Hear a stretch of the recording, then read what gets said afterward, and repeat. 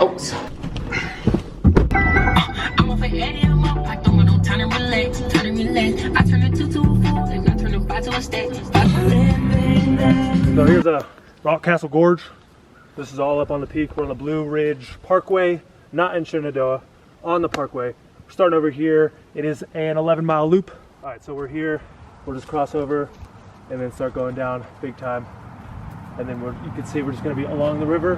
We could have camped here, but then we would have had it done a whole bunch the next morning. I don't want to do that. So we're gonna do the whole length of the creek all the way up. And I'm thinking around this grassy knoll, it flattens out, kind of like up there. So it'll be high, might be windy, but that's what I'm thinking. And then we just hit this to, this is, I believe, where we parked. We're gonna do an overnighter, we're gonna get it. We got my guy Jimmy, we got my guy Tater. So let's hit it. Yeah. Oh yeah. There might be like cows in this area. Sometimes they have our barn. Like kitty music, like.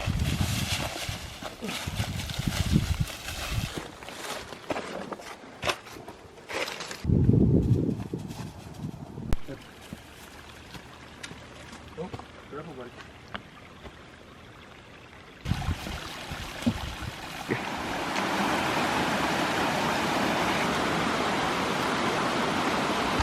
I love the little tripod here. Dude. So we started at this point and went all the way down 3.3 miles. As you can see I was pretty chill at first, and then there was like that big steep drop off. And then now we're just gonna slowly but surely we make it all the way back to the top. Now what point are we trying to get to? That is, if you look at the little blue dot, it's going up and around, all the way along the creek, then it turns and goes up, and then right there is the grassy knoll. So that's 8.5 miles. So we've done 3.5. So what's 3.5 minus 8.5? Major cruiser. Oh! Ooh. Cool. We are way out of focus. It's 4 o'clock. This is actually marked as the old campground, so we might see some remnants of that at some point. And we're getting near the end of following the creek, which is this kind of gradual uphill. The uphill is going to get a little bit more intense, but stay fairly gradual. So we're here, mile 5, and we're going to go to mile 8, just under. We got 3 miles left, all uphill.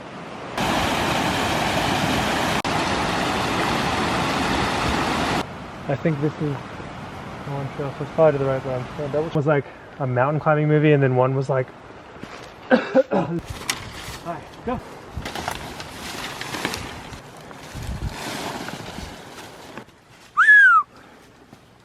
Alright, we're at 7.1 miles.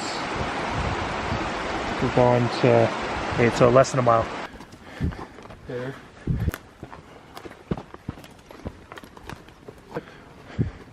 We obviously maybe want to avoid just like plopping right in the middle of the field. With the setup that we had with the tent, with the Tyvek on the bottom, it's like really slippery, which means you always want to do this in general. But even more so, we want to make sure we're for sure really flat. Otherwise, like our pads like want to slide off it and be annoying. Getting some. Damn, these are like real hooked. All right, so we're here, pretty much at the peak of this, but not quite. So we're gonna have a little downhill in the morning, and then a little uphill, and then we're pretty much done. So that'll be what is that like? So we're going from 8 to like 9.5. Wow. So mile and a half. Yeah. Also, because we don't have like a completely solid enclosure, like it is going to rain tonight, right? And we're going to take our bags and like strategically place them right on the edge. But because it's not solid, if you like move around and you kick in your sleep, it could slip out, and the next thing you wake up and it's soaking wet. So just be careful about having everything in our bags, having it hopefully kind of situated. I'm gonna have Tater on my side, like in my vestibule area. So you're gonna be pretty tight up against your vestibule area. That's all right. You might be able to fit your bag in on a side, and I'll probably have a spot, or you can put them up by your head or your feet. So we're good in here, and then let's throw.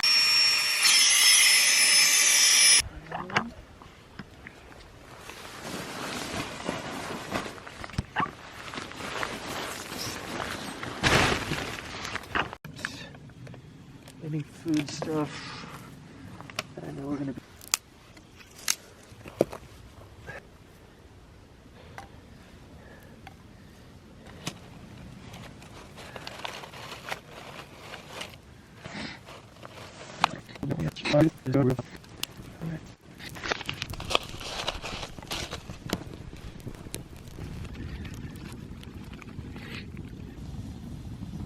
Anywhere's enough.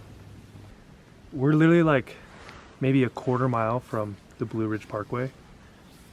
Admittedly, I don't think we're supposed to be camping here. We're having a fire. Now we're very experienced, we know what we're doing. So like everything is very safe, very mild, very low key in appropriate and safe spots. But we just saw a police car with his lights up on the parkway. We immediately thought, oh, we got. He saw our fire, he saw our headlamps. He sat there for about 15 minutes. We were spooked. Now he's gone. He just drove off. So I don't know what's going on.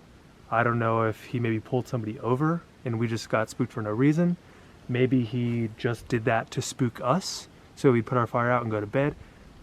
I don't know. I honestly don't even know what the repercussions are of getting caught camping or having a fire where you're not supposed to. Okay, so we thought we were in the clear, but turns out it's not. They turned around, maybe they came back. We don't know. We're seeing flashlights head our way. Yeah, it's like whatever. Okay, so we're so back and forth. We're flip-flopping for days. We thought we were for sure screwed. We saw the lights. They went away. We saw the cop lights. He drove away. Then we saw flashlights specifically walking our direction. But it's been like 15 minutes, right? Yeah. We're 400 meters from the road. It doesn't take 15 minutes to walk 400 meters. You walk a mile in that time. Yeah.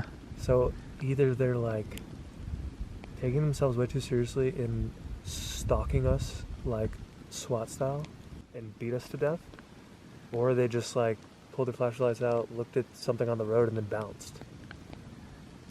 I really have no idea.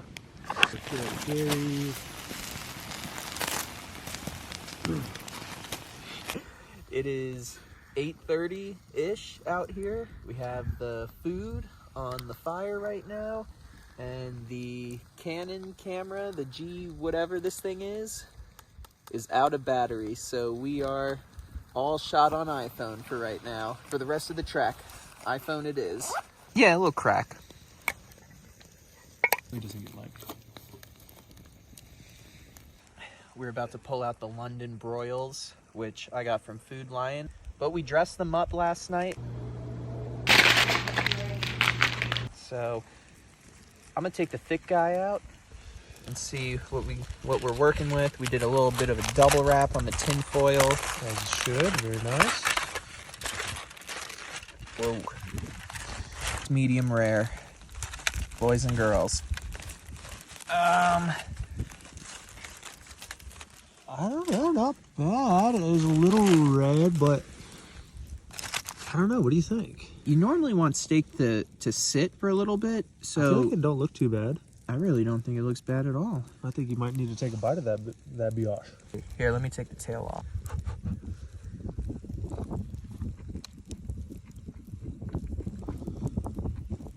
I mean, this tastes amazing, but this tastes a little like, this is definitely well done. Because it's the edge. The tail piece. Yeah.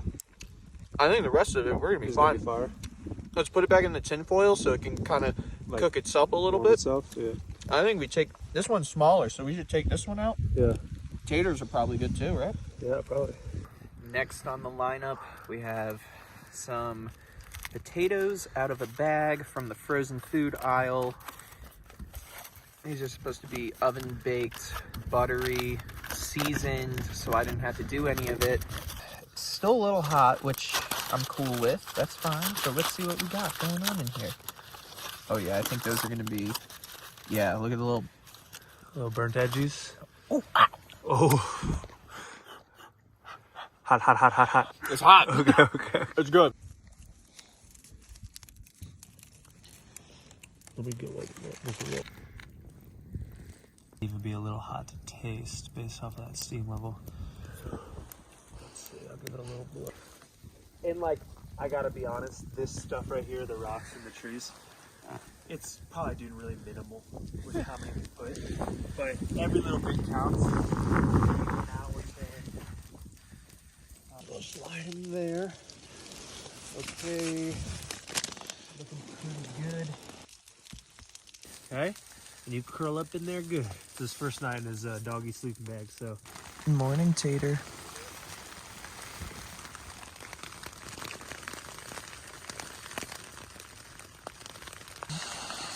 All right, so it pretty much sleeted / snowed all night, freezing rain. So we got that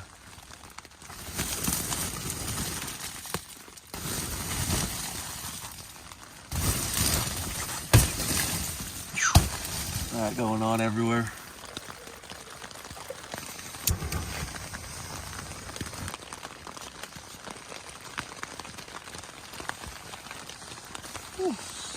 Holy fuck. Yeah.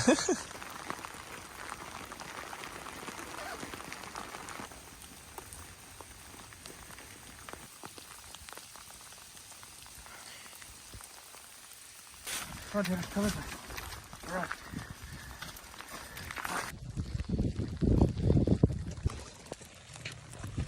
Taylor, stay down.